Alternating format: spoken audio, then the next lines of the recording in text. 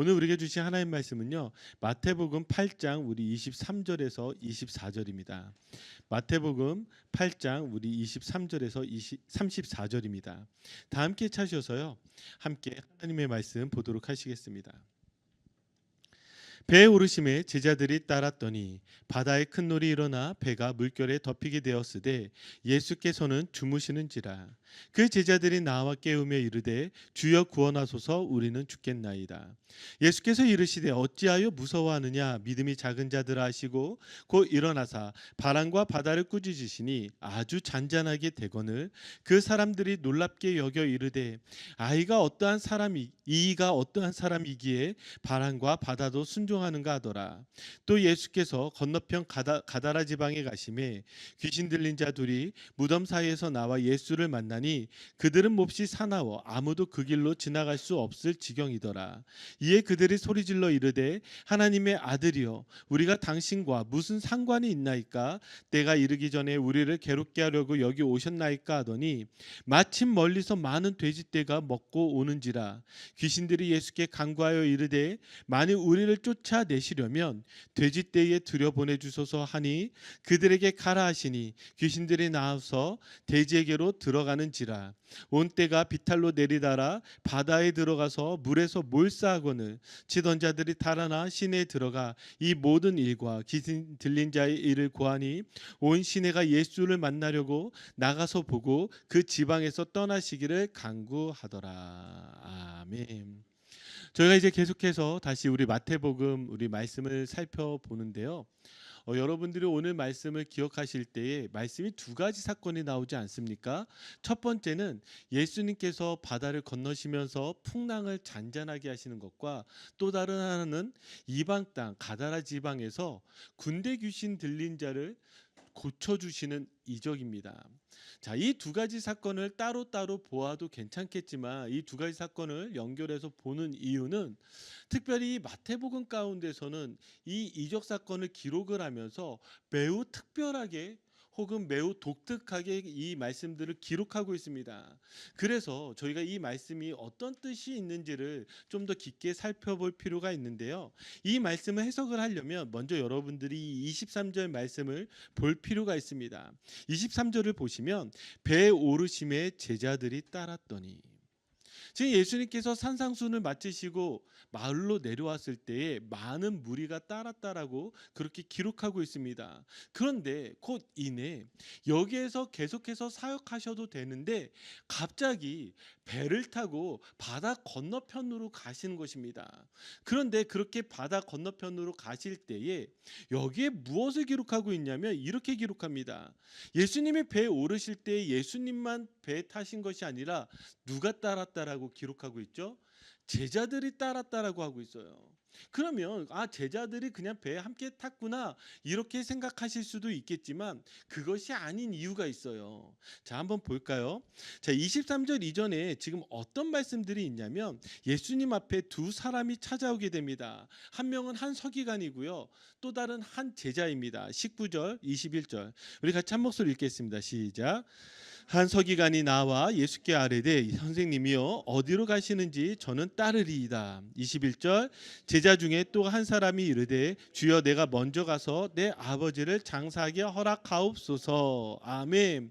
지금 이 서기관과 제자가 등장을 하면서 이들의 예수님께 요청하고 있는 것이 무엇이냐면 제자도 예수님을 따르는 것이 무엇인지에 대해서 지금 질문하고 있다라는 사실이죠.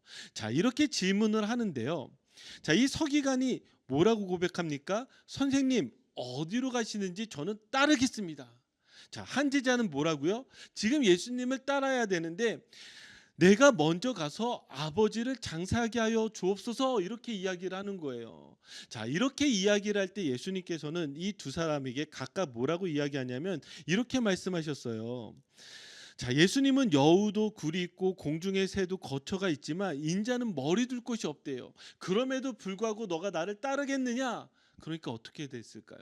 서기관이 따르는 것이 참 어려웠을 것입니다. 그리고 아버지를 먼저 장사하겠다라는 사람에게는 무엇이죠? 우선순위에 대해서, 지금 너에게 가장 중요한 것이 무엇인지 우선순위에 대해서 이야기하는 거예요. 그래서 22절 마지막을 보면 너는 나를 따르라.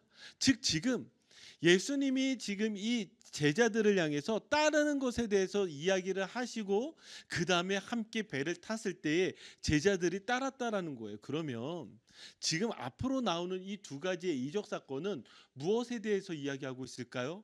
제자들이 지금 예수님을 따랐을 때에 가장 중요한 것이 무엇인지를 보여주기 위한 이적 사건이라는 걸 우리가 알 수가 있어요. 단순하게 지금 바다의 풍랑을 잔잔하게 하신 것이 아니라, 단순하게 귀신들을 쫓아내신 것이 아니라, 이 두 사건을 통해서 제자들에게 무언가를 보여주시고 말씀하시려는 거예요. 그러면 이걸 우리가 다시 생각해 보면, 여러분들이 그리스도인이요, 여러분들이 제자가 아니겠습니까? 예수님을 따르기 때문에 오늘 이 주일 예배까지 나오셨는데, 그러면 오늘 우리에게 예수님은 지금 무엇을 보여주려 하시는가, 무엇을 말씀하려 하시는가, 이것을 우리가 찾아내야 할 것입니다. 자, 우리 그러면 하나하나 말씀을 보도록 하겠습니다. 24절 25절 우리 한번 같이 보겠습니다. 읽겠습니다. 시작.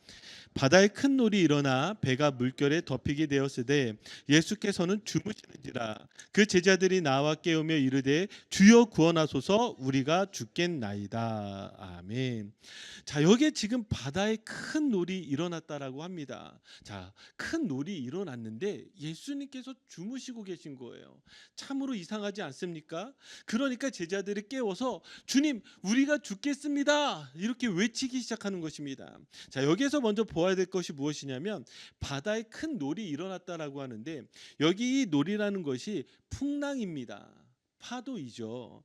그런데 여기에 쓰여진 이 원어가 참 독특합니다. 헬라어로 세이스모스라는 단어가 쓰여져 있는데요. 이 세이스모스는 물론 풍랑으로 해석할 수도 있겠지만, 이 마태복음에서 전체 4번이 사용되어져 있는데, 이 4번 다 어디에 쓰여져 있냐면 지진으로 쓰여졌어요. 지금 다른 복음서에 이 본문이 기록되어져 있을 때는 풍랑이라고 하는데, 왜 여기에서는 이 지진이라는 단어를 가지고 사용하고 있을까요? 자, 그것을 찾아볼 수 있는 것이 마태복음 24장 7절 8절입니다. 제가 읽어드릴게요. 민족이 민족을, 나라가 나라를 대적하여 일어나겠고 곳곳에 기근과 지진이 있으리니 이 모든 것은 재난의 시작이라. 자, 지금 예수님께서 감난산 위에 앉으셨을 때 제자들이 예수님을 찾아와 물어봤습니다. 세상 끝의 징조는 무엇입니까? 종말의 징조는 무엇입니까? 그러니까 예수님께서 지금 이렇게 말씀하시는 거예요. 민족이 민족을, 나라가 나라를 대적하고 곳곳에 기근과 지진이 일어날 것이다. 이 지진이 일어난다라고 했을 때 이 단어가 세이스모스, 똑같은 단어예요. 그러면 무엇을 지금 뜻하고 있는 거예요? 지금 이 단어가 쓰였을 때는 저 종말에 일어날 일에 대해서 쓰여져 있는 거예요. 그러면 여러분, 종말이 무엇이죠? 우리가 성경 안에서 이 종말이라는 단어를 접하게 됐을 때 여러분들이 생각하셔야 되는 게 무엇이냐면, 종말은요, 한 시점을 이야기하는 것이 아니라 종말은 무엇이에요? 지금부터 시작이 되어져서 끝이 있다라는 것을 알려주고 있는 거예요. 그러니까 이때도 종말이고 지금도 종말이에요. 그러니까 여러분들이 이단 가운데 들어갈 때 이단들은 어떻게 이야기해요? 여러분, 2023년도에 우리 주님 재림하십니다. 종말의 한 지점만을 이야기하잖아요. 그것이 아니라 종말은 무엇이에요? 그 끝을 향해서 가고 있다라는 거예요. 그러면 예수님이 종말에 대해서 우리를 깨우치게 됐을 때, 복음이 들어오면 우리는 종말을 알게 되는데, 그게 어떤 원리와 똑같냐면, 여러분, 지금 여기 20대 분들이 계신데 20대 분들이 지금 종말을 생각하며 살 것 같아요? 아니죠. 당장 지금 30대, 40대의 삶을 생각하며 살아갑니다. 그런데요, 50대, 60대, 70대가 되면 무엇을 생각하며 살아가게 되죠? 종말을 생각하며 살게 되는 것이죠. 복음이 들어온다라는 것은 무엇이냐면, 복음이 들어오면서 하나님이 정하신 저 마지막 때가 있구나, 우리가 이 종말의 때를 살아가고 있구나, 그래서 종말이 시작되었구나를 알게 되는 것이 바로 성경적인 종말이라는 거예요. 그러면 지금 이 단어를 통해서 제자들에게 이 바다에 큰 풍랑이 일어났다는 것을 통해서 보여준 건 무엇이냐면, 우리에게 주는 영적 교훈은 이와 같습니다. 우리가 예수 그리스도를 만나고 예수 그리스도를 믿게 되면 우리는 다 복 받는다고 생각해요. 여러분 믿으시죠? 여러분 복 받은 줄 믿으세요. 근데 여러분 예수 그리스도를 믿는다고 해서 어려운 일이 생기지 않을까요? 힘든 일이 생기지 않을까요? 고난이 없을까요? 지금 이 지진과 같이 우리를 힘들게 하고 어렵게 하는, 아니 풍랑과 같이 우리를 무섭고 두렵게 하는 일들이 우리에게 일어나지 않을까요? 예수 그리스도를 믿는다 할지라도 우리 인생에 풍랑이 있다는 거예요. 지진이 있다는 거예요. 자, 그러면 이때에 어떻게 이것들을 이겨나갈 수 있느냐라는 것이죠. 자, 그런데 지금 이 풍랑 앞에 두려워하고 떨고 있는 제자들에게 예수님이 뭐라고 말씀하시냐면 26절에 이렇게 말씀하십니다.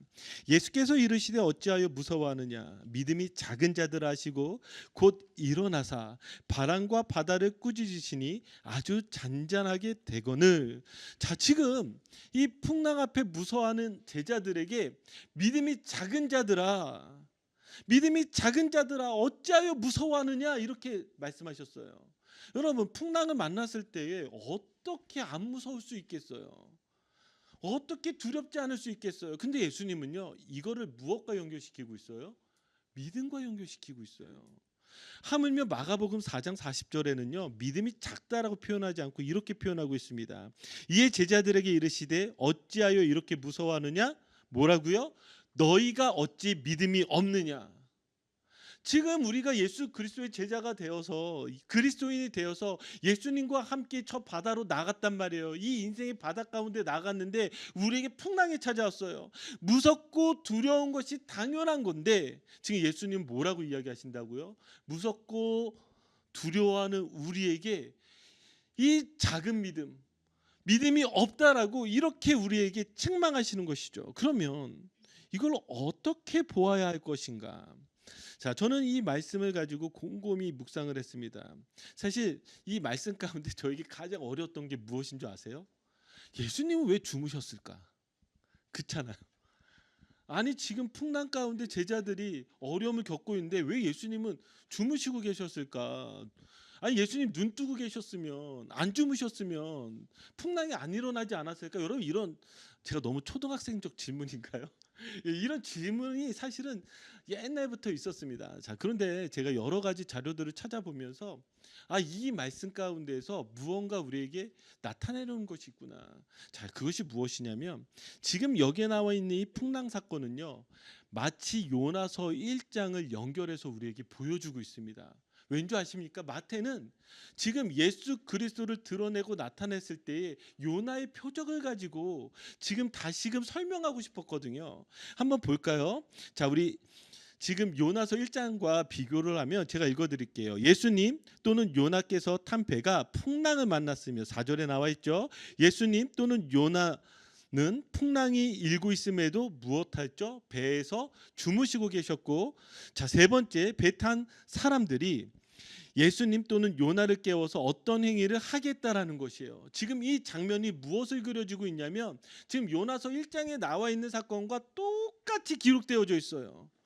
아니 그러면 이 요나서 1장과 지금 이 마태복음 8장의 차이는 무엇이 될까요? 자, 이것을 통해서 더 분명히 알 수 있습니다. 마태복음 12장 39절 41절입니다. 마태가 왜 이 풍랑 사건을 요나서 1장과 연결해서 설명하고 있냐면, 자, 우리 39절서부터 함께 읽겠습니다. 시작. 예수께서 대답하여 이르시되 악하고 음란한 세대가 표적을 구하나 선지자 요나의 표적밖에는 보일 표적이 없느니라. 요나가 밤낮 사흘 동안 큰 물고기의 뱃속에 있었던 것 같이 인자도 밤낮 사흘 동안 땅속에 있으리라. 심판 때에 니느웨 사람들이 일어나 이 세대 사람들을 정죄하리니 이는 그들이 요나의 전도를 듣고 회개하였음이거니와 요나보다 더 큰 이가 여기 있으며. 아멘. 자, 지금 예수님께서 지금 서기관들에게 이렇게 말씀하고 계세요. 악하고 음란한 세대가 무엇을 구해요? 표적을 구한대요. 사인을 구한대요. 이런 사인들은 무엇을 구하는 거예요? 마치 우리가 교회 안에서 착각하듯이 예수님 제게 복 주세요. 그러면 뭐 돈다발도 떨어지고 먹을 것도 떨어지고 인생의 모든 길이 만사형통되어지는 이런 표적들을 구하는데 여기에 이런 사인이 아니라 뭐라고요? 예수님께서 요나의 표적밖에는 보일 것이 없대요. 요나의 표적이라는 것이 무엇이에요? 지금 여기에 나와 있듯이 요나가 밤낮 사흘 동안 큰 물고기 뱃속에 있었던 것 같이 인자도 밤낮 사흘 동안 땅속에 있으리라. 지금 예수 그리스도의 십자가 사건을 보여주고 있잖아요. 예수님께서 십자가에서 우리의 죄를 위하여 죽으신 그 사건밖에 우리에게 보여줄 표적이 없다라고 이야기해요. 그러면 다시 우리의 말씀 가운데 들어가 보면 왜 바다를 건너시고 그 풍랑을 만나게 하시고 그 풍랑 가운데 믿음을 가지고 이야기하시냐면, 여기에서 우리가 가져야 되는 그 믿음 무엇이냐면, 인생의 풍랑 가운데서도 우리가 바라봐야 될 것이 무엇이죠? 예수 그리스도의 십자가라는 거예요.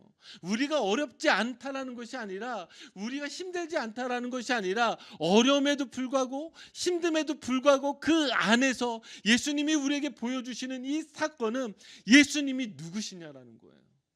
예수님이 누구시냐라는 거예요. 그래서 이 말씀은요, 우리를 구원하신 예수 그리스도를 바라보게 하는 말씀인 것을 저는 여러분 믿음으로 고백해야 되는 줄 믿습니다. 자, 더 나가서요. 이것이 왜 믿음의 문제냐? 이건 영적인 사건이에요. 여기에 이 바다를 꾸짖다라고 나와 있는데, 이 꾸짖다라는 헬라어 단어는요, 에페티 메센이라는 단어입니다. 에페티 메센은요, 사물을 향해서 꾸짖잖아요. 여러분 한번 생각해 보세요. 제가 이 벽을 향해서 조용해라. 그럼 여러분 저를 바라보면 무슨 생각이 드세요? 아, 우리 목사님이 미쳤구나. 이상하시구나. 이렇게 생각하지 않겠습니까? 지금 사물에 대해서 이야기하는 것이 아니라 살아있는 것에 대해서 이야기하는 거예요. 그렇죠? 그런데 살아있는 것을 구체적으로 무엇으로 표현하느냐? 이 단어가 어디에 쓰여진지 보세요. 마태복음 17장 18절. 우리 같이 함께 읽겠습니다. 시작. 이에 예수께서 꾸짖으시니 귀신이 나가고 아이가 그때부터 나으니라. 아멘. 예수님이 지금 누굴 꾸짖으세요? 귀신을 쫓으세요.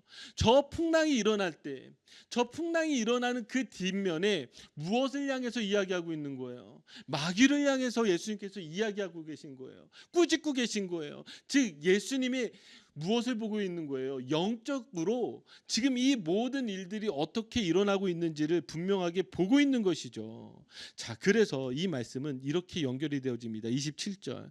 그 사람들이 놀랍게 여겨 이르되 이 이가 어떠한 사람이기에 바람과 바다도 순종하는가 하더라. 지금 여기에서 우리가 봐야 되는 가장 중요한 교훈은 바로 예수 그리스도가 누구시냐라는 거예요. 예수 그리스도가 누구시냐라는 거예요. 풍랑 가운데서도 이 풍랑을 잠잠하게 하시고는 이 이가 누구냐? 바로 나를 구원하신 분, 나를 위해서 십자가를 지신 분, 바로 그렇게 내가 제자가 될 수 있다는 것을 명확하게 이야기해 주는 것이죠. 저는 그래서 우리에게 필요한 것은 무엇이냐면 이 25절 말씀이라고 저는 생각을 합니다. 제자들이 나와 깨우며 이르되 주여 구원하소서 우리가 죽겠나이다. 지금 이 바닷가를 보면서 두려워하지 말라라고 말씀하시는 것이 아니라 믿음이 적다, 믿음이 없다라고 말씀하셨어요. 그럼 이 믿음은 어떤 믿음이 돼야 되겠어요? 이 제자들의 고백과 같지 않습니까? 이 풍랑 우리가 어찌할 수 없습니다. 누구만이 우리를 구원하실 수 있어요? 예수만이 우리를 구원하실 수 있다라는 거예요. 여러분 인생에 여러 가지 풍랑들을 만나지 않습니까? 우리가 해결하지 못하는 많은 문제들 가운데 우리는 버거워하지 않습니까? 두려워하지 않습니까? 하물며 우리에게 일어나고 있는 감기조차도 때로는 우리를 너무나 지치게 하고 힘들게 하고 좌절하게 하죠. 여러분 이때에 이 말씀을 가지고 주님을 향해서 부르짖기 바라십니다. 주여 구원하소서 우리가 죽겠나이다. 이 믿음이 여러분들의 있기를 주님의 이름으로 축복합니다. 자, 그러면서 이제 바다 건너편에 도착하신 28절입니다. 우리 함께 읽겠습니다. 시작. 또 예수께서 건너편 가다라 지방에 가심에 귀신 들린 자들이 무덤 사이에서 나와 예수를 만나니 그들은 몹시 사나워 아무도 그 길로 지나갈 수 없을 지경이더라. 아멘. 자, 이 가다라 지방을 갔습니다. 여기는 갈릴리 동편을 이야기하고요, 크게 대가볼리로 이야기하기도 하고요, 다른 복음서에서는 거라사 지방으로 표현되어져 있기도 합니다. 자, 이곳에서 지금 누구를 만나죠? 귀신 들린 자 둘을 만나게 됩니다. 이들이 어디에서 나온 거예요? 무덤 사이에서 나옵니다. 이 유대인들의 무덤들은요, 동굴 형태로 되어 있기 때문에 그곳에 사람이 기거할 공간이 있습니다. 그러니까 이들은 지금 사람이 살 만한 곳에서, 사람이 살아야 할 곳에서 사는 것이 아니라 귀신이 들리니까 어디에서 살고 있는 거예요?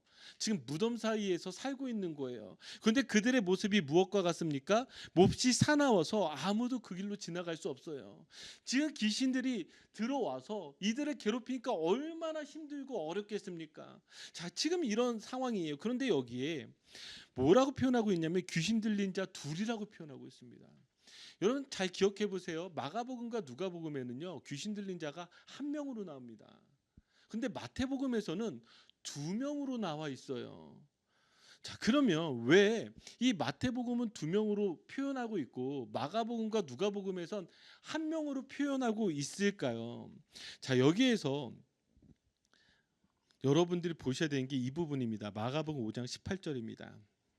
자, 우리 같이 한 목소리 읽겠습니다. 시작. 예수께서 배에 오르실 때에 귀신 들렸던 사람이 함께 있기를 간구하였으나. 자, 지금 두 사람이 군대 귀신이 들려서 지금 귀신이 들렸단 말이죠. 그런데 마가복음을 보니까 마가복음 뭘 얘기하고 있어요? 그 고침받은 그 한 사람만을 가지고 이야기하는데 이 사람은 지금 고침받은 이후에 무엇을 예수님을 향해서 간구하고 있죠? 예수님, 제가 고침을 받았는데 당신과 함께 있기를 원합니다. 지금 이거 이야기하고 있는 거예요. 그럼 또 다른 사람은 어떻게 했다라는 거예요? 고침을 받았지만 귀신이 쫓겨나갔지만 그는 지금 예수님을 향해 오지 않았다라는 것을 알 수가 있죠. 성경 안에서는요, 지금 이렇게 한 사건을 뭔가 다르게 표현할 때는 왜 그렇게 다르게 표현하느냐? 강조하는 것이 있는 거예요. 그럼 마가복음 무엇을 강조하고 있을까요? 이 한 사람을 구원하시는 예수 그리스도를 강조하는 거예요. 그러면 마태복음은 지금 무엇을 강조하고 있을까요? 지금 귀신을 쫓아내는 이 사건 자체를 지금 강조하고 있다라는 것이죠. 자, 그러면 이것이 어떻게 연결되는지 9절 말씀 우리 같이 보도록 하겠습니다. 우리 함께 읽겠습니다. 시작. 이에 그들이 소리질러 이르되 하나님의 아들이여 우리가 당신과 무슨 상관이 있나이까? 때가 이르기 전에 우리를 괴롭게 하려고 여기 오셨나이까 하더니. 아멘. 자, 지금 이 그들이라고 표현하는 것은요, 군대 귀신이기 때문입니다.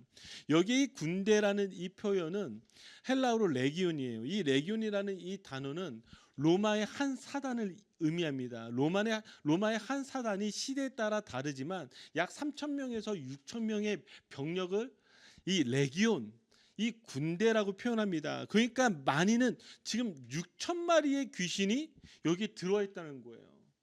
얼마나 괴로웠겠습니까? 자, 그런데 그들이 지금 예수님을 보면서 뭘 얘기해요? 하나님의 아들이여 우리가 당신과 무슨 상관이 있나이까? 지금 여기 아주 놀라운 고백이 하나가 나오는데 그것이 무엇이냐면 하나님의 아들이여라고 고백하고 있어요.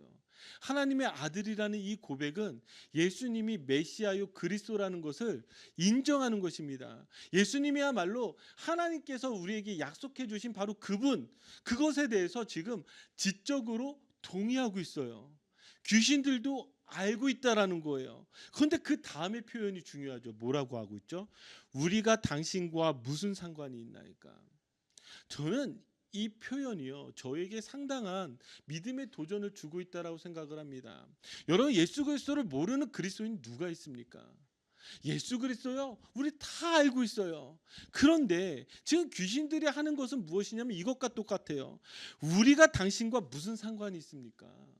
나와 아무 상관없지 않습니까? 내 인생 내 마음대로 살 테니 나와 상관하지 마십시오. 그러나 난 당신 인정합니다. 당신이 그리스도인 거 압니다. 그렇게 살아가는 신앙이 어떤 신앙과 똑같아요? 귀신들이 믿고 있는 것과 똑같다라는 거예요. 믿음은요, 단순한 지적 동의를 우리에게 말하고 있지 않습니다. 믿음은 무엇이에요? 예수님이 나의 주님인 것을 고백하는 거예요. 나의 주님으로 내가 받아들이고 예수 그리스도를 주로 모시고 살아가는 것이 믿음인 거예요.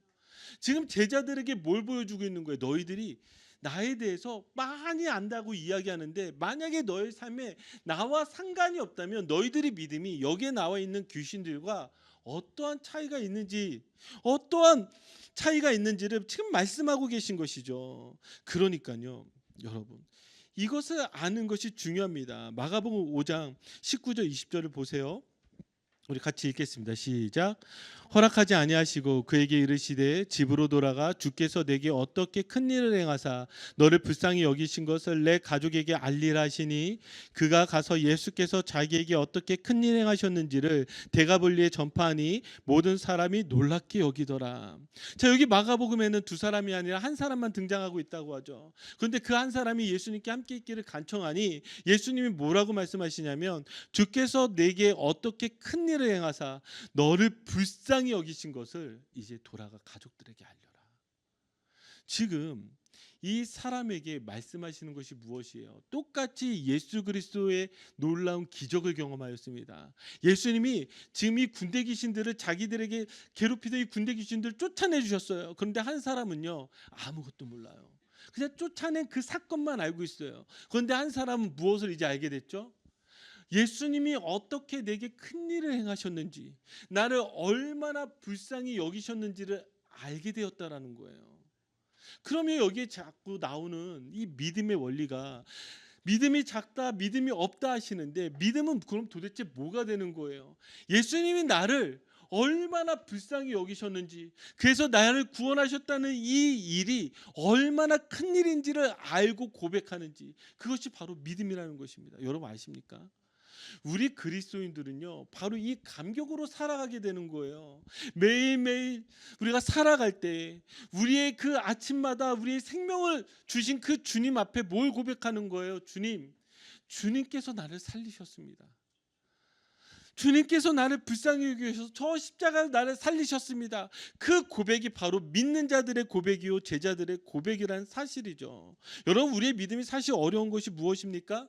그 은혜가 느껴지지 않아요. 주님께서 내게 행하신 일이 무엇인지, 나를 얼마나 불쌍히 여기셨는지, 그거 아무것도 모르는 거예요. 그거 아무것도 모르는 거예요. 제가 그래서 작년에 저희 교회가 힘들어졌을 때 저에게 가장 은혜를 줬던 말씀이 무엇이라고 하였죠? 바로 이 본문이었어요. 너를 불쌍히 여기신 것을. 저는요, 이 말씀을 주님께서 저에게 주시지 않았다면 저는 여지없이 무너졌을 거예요. 지금이 아니더라도 10년 후에, 20년 후에 저는 교만과 죄 가운데 넘어졌을 거예요. 그런데 그 힘들었던 그 순간에 이 말씀을 받았을 때 저는 고백하게 됐어요. 주님께서 이거 알게 하시고 싶으셨구나. 나를 얼마나 불쌍히 여기셨는지, 그래서 내게 어떻게 큰 일을 행하셨는지 이거 알게 하시려고 지금 이 순간을 허락하시는구나. 사랑하는 성도 여러분, 여러분들에게 어려운 일이 있다면, 여러분들을 사로잡고 있는 것들, 그 일들이 있다면 그 일 안에서 여러분들을 위해서 예수 그리스도께서 어떻게 큰 일을 행하셔서 여러분들을 구원하셨고 여러분들을 얼마나 불쌍히 여기셨는지를 바라보시기 바랍니다. 여러분, 이 인생의 고난은요, 그냥 고난이 아니에요. 여러분들을 향하신 그 예수 그리스도의 간절한 부르짖음이라는 사실을 여러분들이 기억하시기를 주님의 이름으로 축복합니다. 자, 그러면서 이 32절에 이렇게 말씀이 연결이 됩니다. 함께 읽을까요? 시작. 그들에게 가라 하시니 귀신들이 나와서 돼지에게로 들어가는지라 온 떼가 비탈로 내리달아 바다에 들어가서 물에서 몰사하거늘. 아멘. 자, 지금 예수님께서 이제 이 군대 귀신들 약 3천에서 6천 마리가 되는 이 군대 귀신들을 어디로 들어가게 하시죠? 돼지떼로 들어가게 합니다. 그리고 돼지떼들이 비탈길을 따라 바닷물에 빠져서 거기서 다 죽게 되어지죠. 어떤 분들은 이 말씀을 보면 주님 어찌하여 저 2천 마리가 넘는 돼지떼들을 죽이셨나이까? 아마 이렇게 생각하실 수도 있어요. 저것을 가난한 자들에게 베푸시면 얼마나 배불리 먹겠습니까? 뭐 이렇게 생각하실 수도 있어요. 그런데 여기에는 숨겨져 있는 분명한 마태복음에서는 분명히 이것들을 기록하는 이유가 있다라고 그랬죠. 자, 여기에 우리가 먼저 생각해 볼 건 어떻게 그 근처에 수많은 돼지떼들이 있었느냐라는 거예요. 왜 돼지떼들이 있었을까요? 여러분들이 대가볼리 지역을 기억하실 게 무엇이냐면 여기에는 커다란 이방신을 섬기는 이방신전이 있는 10개의 도시들이 있습니다. 이 헬라의 10개의 도시들은요, 이 이방신, 이 우상들에게 제사를 지낼 때 무엇으로 제사를 지냈냐면 돼지들로 제사를 지냈어요. 그러니까 여기에 돼지떼들이 있다는 것은 무엇을 의미하는 것이죠? 그 신전에 바쳐질 그 돼지떼들이 여기에서 길러지고 있었던 거예요. 그러면 그 돼지떼들이 저 물에 빠져서 죽게 되는 것은 무엇을 이야기할까요? 마지막 그날에 예수님께서 심판하실 그것들을 보여주는 거 아닐까요? 마지막 그날에 예수님께서 저 이방신들을, 저 우상들을 무너뜨린 것들을 우리에게 말씀하신다는 사실이죠. 그러면 이것을 통해서 우리에게 다시금 예수님이 이 제자들에게 보여주는 것이 무엇이에요? 너희들의 인생의 풍랑을 만나기도 하고 어쩌면 너희들을 사로잡는 이 귀신 같은 것들을 만나기도 하지만 마지막 그날에 예수님께서 승리하실 것을 지금 선포하고 계시다라는 것을 우리가 분명히 알 수가 있습니다. 자, 마무리 짓겠습니다. 한번 33절 34절을 보세요. 같이 한 목소리 읽을까요? 시작. 치던 자들이 달아나 시내에 들어가 이 모든 일과 귀신 들린 자의 일을 고하니 온 시내가 예수를 만나려고 나가서 보고 그 지방에서 떠나시기를 간구하더라. 아멘.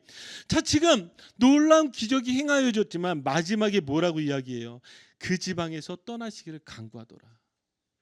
여러분, 이것을 보면서 어떤 생각들이 듭니까? 기적을 보았다고 해서 믿는 것이 아닙니다. 놀라운 이적이 있다고 해서 믿는 것이 아니에요. 우리에게 믿음에 대해서 다시 하나님께서 질문하시는 것과 똑같은 것이죠. 저는 목회를 하면서 가끔 저도 이런 유혹들을 받곤 합니다. 저희 어머니는 은사가 참 많으셨던 분이세요. 그래서 어렸을 때 참 감사했던 게 병든 자를 고치는 그 놀라운 사건도 저는 두 눈으로 목격을 했고, 그리고 귀신 들린 자의 그 귀신을 쫓아내는 것도 저와 함께 했던 그것도 저는 너무나 귀한 경험이었습니다. 그래서 가끔은 이런 생각을 합니다. 만약에요, 제가 이 자리에서 갑자기 병든 자를 일으켜 세우고 지금 뭐 귀신 누가 걸려 그냥 그 눈앞에서 그냥 귀신 하나 쫓아내면 제가 얼마나 유명해지겠습니까?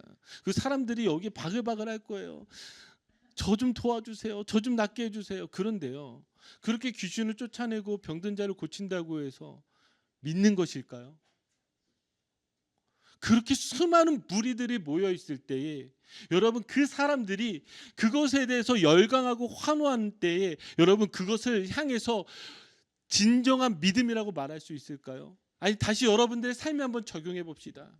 내 인생에 기적이 일어났다고 해서 그 기적 가운데 숨겨진 예수 그리스도를 보지 못한다면 그것은 믿음일까요?